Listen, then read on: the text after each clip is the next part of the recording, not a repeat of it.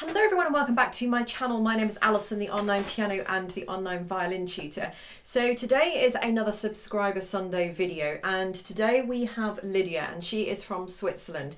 Now she is playing a piece called Gypsy Firelight, which is actually a piece that I wrote, and it is the 10th, it's in the 10th lesson of my 1 to 10 violin lessons. I'll link them below so you can see what I'm talking about, and you can you can download the sheet music if you want to have a go at it as well. It's completely free to do so. So Lydia tells me that she has been working through my violin lessons 1 to 10 and my songbook 1 that goes with that. So she's been working completely through my videos, and I've got to say I'm actually impressed with the level that she is at those 10 lessons. I mean, I know I wrote them and everything, but I always find it fascinating how much I have influenced and helped you guys at home, and I sort of haven't even been there. It's just through the medium of videos. So obviously my videos are working really well, and you know, Lydia is the living proof of that. So let's just get on and watch Lydia's video, and then we'll come back after that and we'll go through a few comments.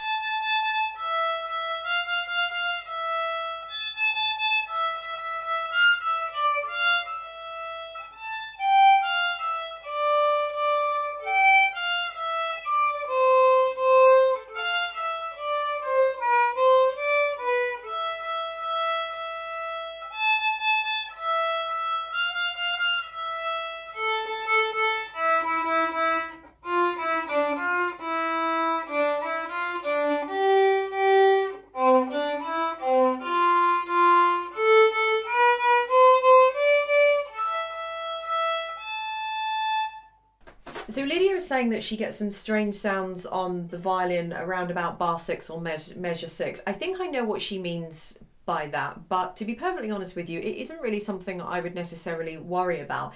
The things that would probably concern me more with her are her bow. But before I talk about that, I just want to talk about the things that she is doing really well, because I think, you know, as teachers, I think we're always very quick to criticise and say what's not good about things, but I also want to say the things that are good, so that she knows that she sort of doesn't have to work on those, or doesn't have to, not necessarily work on them, but she doesn't have to worry about them so much. She knows that she's doing those things correctly. So she's holding the violin very well. She's got the violin sort of out to the side around about 10 o'clock-ish. 9 o'clock is just too far around. 11 o'clock for me is just too close to the front. So you want the violin to be out around about 10 o'clock-ish. So that looks really good. Her fingers here look very good as well. She's got a very nice hold there. She hasn't, lots of people hold like this. A lot of people have their wrist up, including some of you guys that send me videos, and I always comment about it all the time.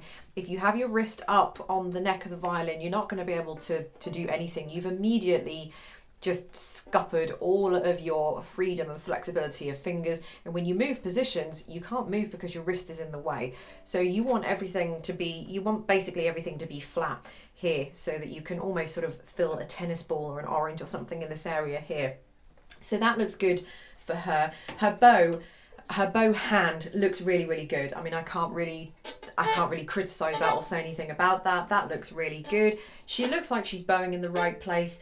Yes, she is sort of catching that kind of that whistle sound or that harmonic sound, or I don't really know how else you kind of describe that sound, that kind of lacking in tone, I guess.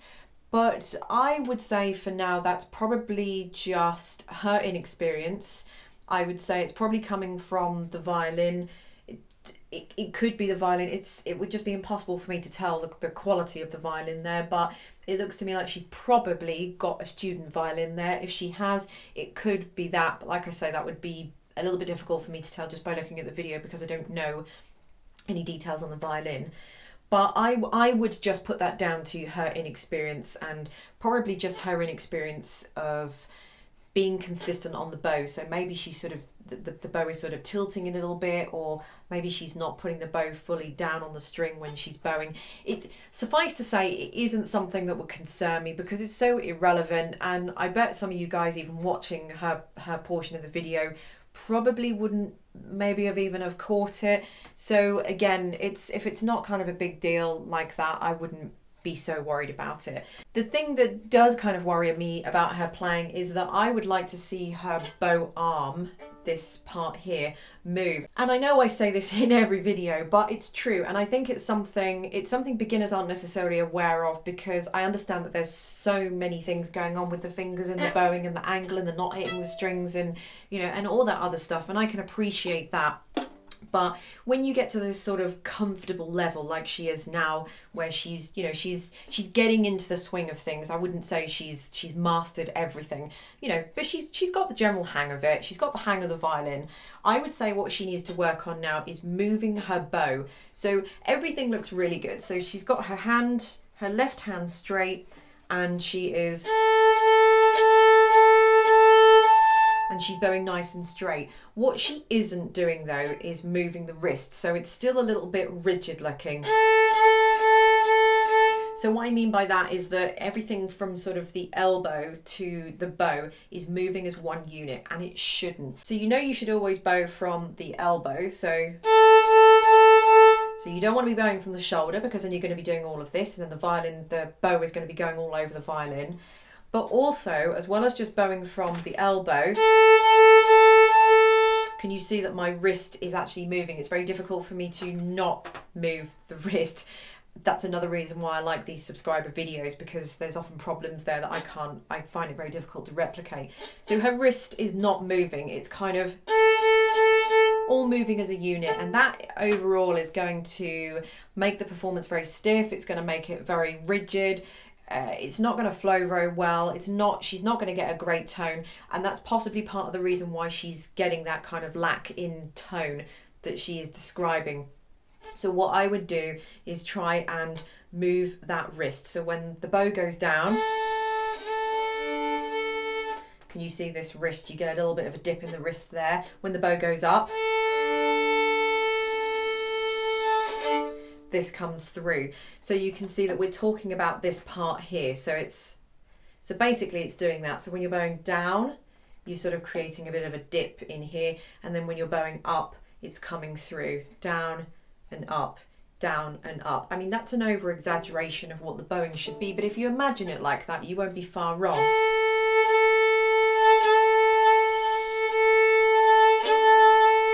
So already you can see that you're getting a lot more flexibility, because the bow is so far from the wrist that if you're just moving from the elbow,